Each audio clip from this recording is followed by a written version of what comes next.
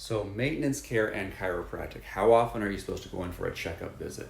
Let's say, for example, you've been seeing a chiropractor and you've gotten great results, so things are feeling better. How often do you need to keep going in to make sure you keep that improvement? In our office, long-term goal is to check a patient every 6 to 8 weeks.